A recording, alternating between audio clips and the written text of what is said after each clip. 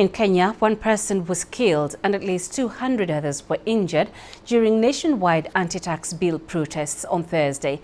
That's according to the police watchdog and an alliance of rights groups which include Amnesty International and the Kenya Medical Association.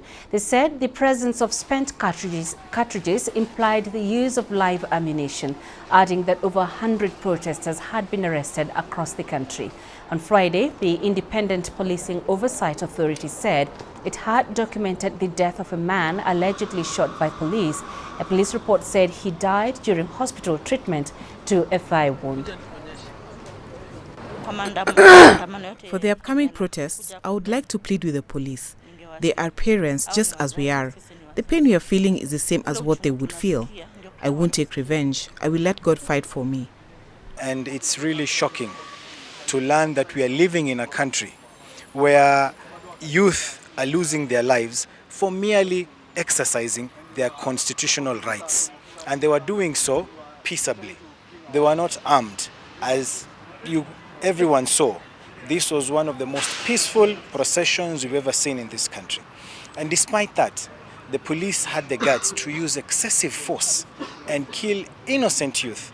You know, it's really unacceptable. It's, something we cannot allow to continue seeing in this country.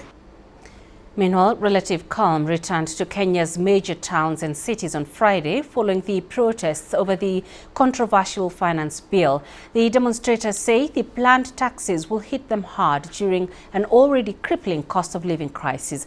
However, Kenya's heavily indebted government says it must increase revenues to reduce its budget deficit and state borrowing as per an agreement with the IMF. Our reporter Nick Mudimba has more.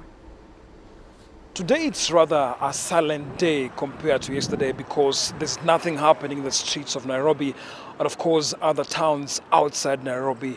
But there is an unusual heavy police presence across the city and of course the parliament buildings where around 3 lorries or 4 lorries of general service unit officers have been deployed just to man the gates of parliament. So it's a rather silent day, but there's not much happening. Only that in the morning, few protesters had gone and disrupted the normal activities of the parliamentary gates. But right now, things are actually very silent. There's only a number of injuries reported and one death that really happened yesterday, which is very unfortunate, of a young man.